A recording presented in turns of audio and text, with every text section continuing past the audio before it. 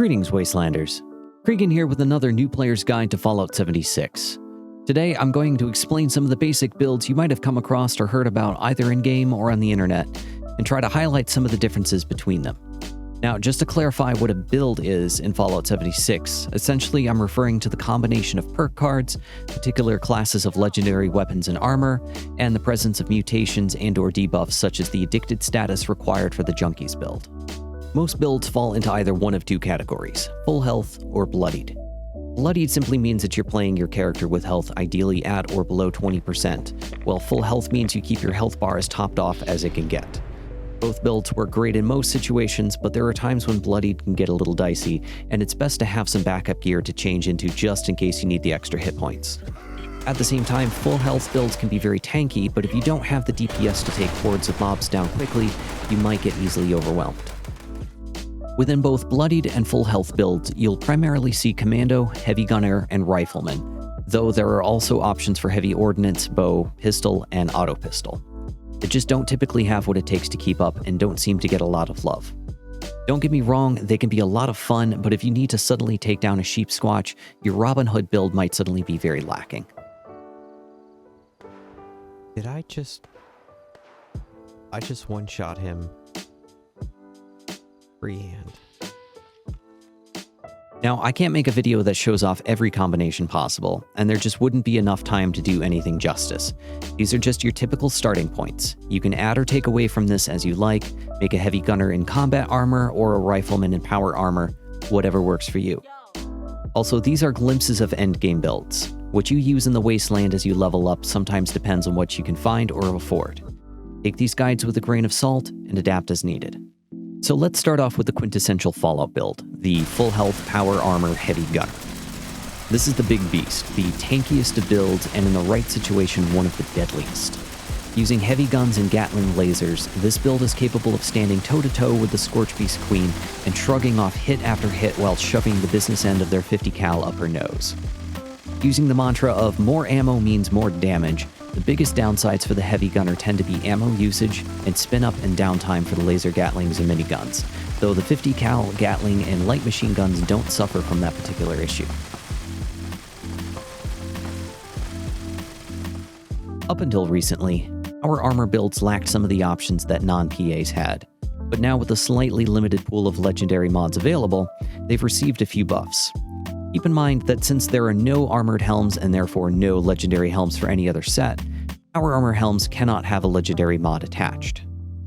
All legendary effects should be multiplied by up to 5, not 6. If you look down this list, you'll see various options available to you as 1, 2, and 3-star effects. While none of these are game-changing on their own, they do add some useful features and could benefit someone with multiple sets. For example, I could see the use of a full troubleshooter set to easily farm silos or the imposter sheep squatch, a zealots for solo farming the Scorchbeast Queen, or vanguards with an auto stim to take as much advantage of your hit points as possible. Second star options should best be matching resistances so as to cover the rest with perk cards. For example, rolling all fire resistance could be paired with what rads and funky duds to round out with some radiation and poison resistance. The single best thing about power armor is you get your start as early as level 25. Players who complete the quest Minor Miracles will be rewarded with a full excavator power armor suit and plans. Simply interact with any of the Garahan excavator posters located in Appalachia, head down to the Garahan mining headquarters in the ash heap, and proceed inside.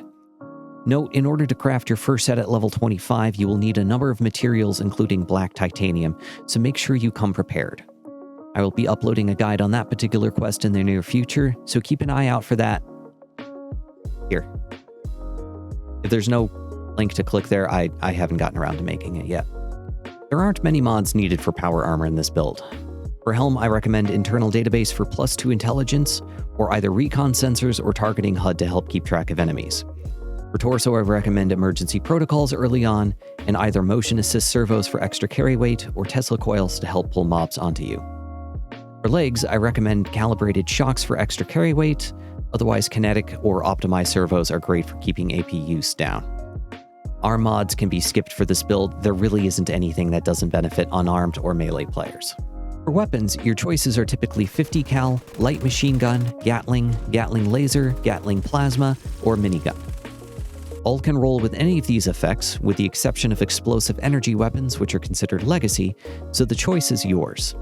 Though for the sake of ammo conservation early on, plus the added bonus of having a powerful guaranteed quest reward, my suggestion would be to use a 50 cal for everyday quests, specifically Final Word from Beckett's questline, and something that packs a harder punch like the Gatling Plasma for the Scorchbeast Queen or Earl. My particular build centers around utilizing electric absorption to keep my power cores filled, so I opted to utilize cores for ammo as well with the Gatling laser, and thus benefit from the weight reduction perk, batteries included. The downside is I often find dozens of partially depleted cores in my inventory. 1-star effects to look out for include anti-armor, executioners, furious, vampires, and 2-shot, particularly paired with the explosive effect. 2nd-star options to look for include explosive, again legacy on energy weapons, hitman, and rapid. If you feel like gambling more materials or come across a 3-star weapon and are curious, effects to look for would be lightweight, rapid, resilient, and steadfast. As for mods, look for stocks that stabilize and reduce recoil, as you won't be using VATS, so crit simply isn't needed. For sights, standard or reflex sights are fine, we won't be using scopes for this type of playstyle at all. For receivers or capacitors, choose something that raises your overall damage. Again, crit shots are for VATS use, and that's something that this build does not use. Lastly, if your weapon of choice has an option for a larger magazine, take it. Heavy guns are slow to reload, and the less time you spend swapping out magazines, the more time you can spend emptying them. I'll go ahead and show you 2 versions of this build. The first is great for using with Final Word, and the second is best for insane ammo conservation for the laser Gatling. Either of these work, and since there's just so much to cover here, I'm going to link to these builds in the description and go over them in detail in a future video. Keep in mind that this is a starting point, and the best build is the one that works for you, so feel free to swap any of these around. Full health non-PA builds look similar to their bigger cousins, but focus more on perception to get rapid kills and faster target acquisition. Instead of heavy guns, most non-PA builds use either single-shot Rifleman loadouts or full automatic Commando cards. The upside is that there's only a difference of up to 3 cards, so you can pick and choose yourself. For armor, combat armor is what you will want to pick up first, followed by crafted Secret Service armor once you hit 50, and open up the option for bullion purchases with the Feds in Vault 79. The downside to the Secret Service is that these are bound to your character, so there is absolutely no option to trade. You'll either have to craft or hope that a good one drops from an event. For mods, you can't go wrong with Buttressed on the Secret Service armor, gaining a total of plus 25 damage, energy, and radiation resistance from the chest, and plus 13 on all other pieces. For the second mod, go with Dense on the chest to gain increased resistance to explosions, great for bloodied explosive players, and Deep Pockets on the limbs for increased carry weight. For sturdy combat armor, look for mods like the Brotherhood of Steel, which grants increased damage and energy resistance on your first mod, and Ultralight or Deep Pocketed for your second. For weapons, look for a rifle that suits your build.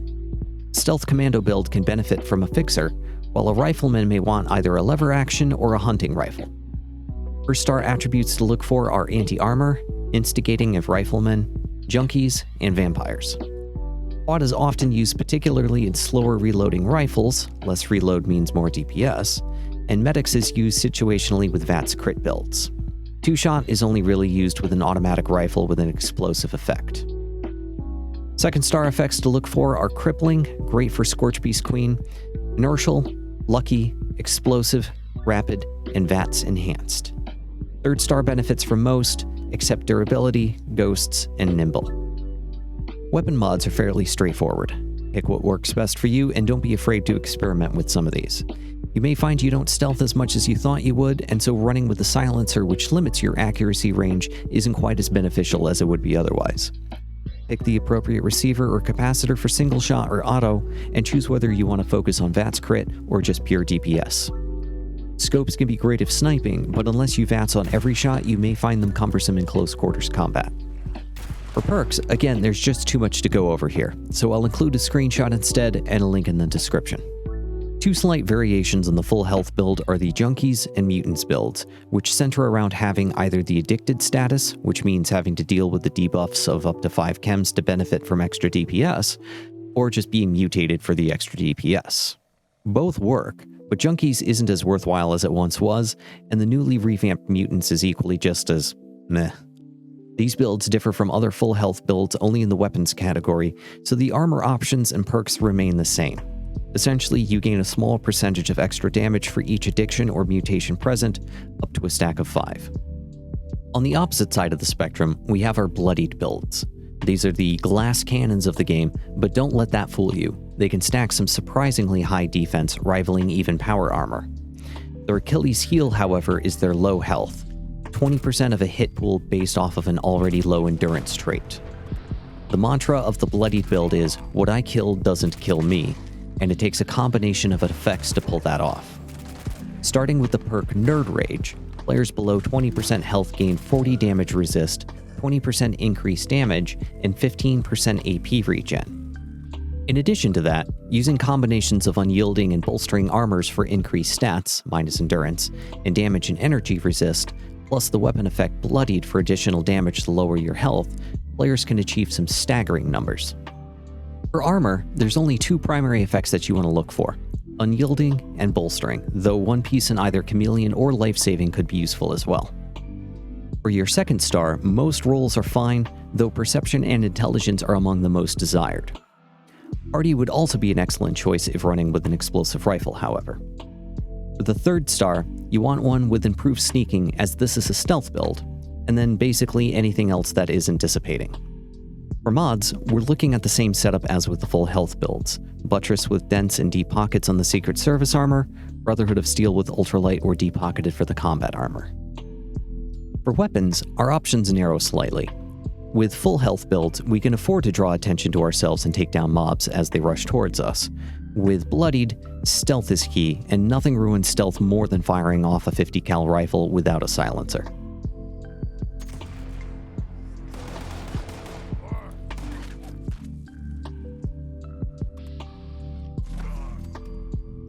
Here, Fixers reign supreme, having both single shot and full auto capabilities like its cousin the combat rifle. However, they also benefit from a passive legendary effect, a 0 star, if you will: increased stealth. All Fixers, regardless of legendary stats, will grant you a bonus to stealth, giving you a slight edge in combat. However, they aren't the only weapons that will work for you. Any rifle with a silencer can be stealthy enough in its own right, and some carry much better raw DPS to begin with, allowing you to take out mobs before they even see you. Much like the full health options, most legendary effects work just fine, plus you gain the option of running the Bloodied effect as well for increased damage as your health goes down. Mods again vary depending on your preference, though I would say a silencer is required just about everywhere you go. A silenced scoped lever action goes a long way towards picking off mobs from a distance, while a full auto fixer with reflex sights will allow you to crouch right in the middle of a room and clear it before you're ever spotted. Here again is a quick look at the suggested perks for this build. Take or leave what you like, link to it is down below in the description. One thing I will strongly urge is that you keep Nerd Rage equipped.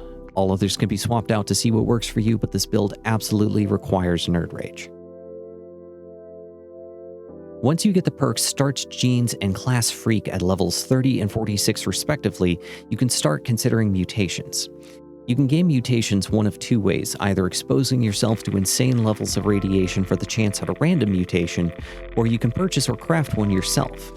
A lot of players sell these for around 500 caps at their vendors, or if you've completed the Enclave series, you can purchase the serums or recipes directly from the headquarters below White Springs. Be prepared to drop a lot of caps though, especially for the recipes, as they are very expensive. My go-to recommendation for mutations start with Marsupial for increased carry weight and jump height, Speed Demon for faster movement and reload speed, Herd Mentality to improve your overall stats, and either Herbivore or Carnivore to increase the effectiveness of food buffs. Please note, with Herd Mentality, you don't actually need to be near other players or even in a group with others, you just need to be grouped. If playing on a private server, start up your own casual group for +1 intelligence and +2 to all other stats. If playing Bloodied, the above mutations are a great place to start and will work great with Adrenal Reaction for additional damage at low health. That's it for today's video. I hope this helps in some way. If it did, please hit that like button and consider leaving a comment below. Also, go ahead and make sure to click subscribe as well to get channel notifications about new videos and guides. I'm Cregen, reminding you that most super mutants are probably just NPCs that need a Snickers bar.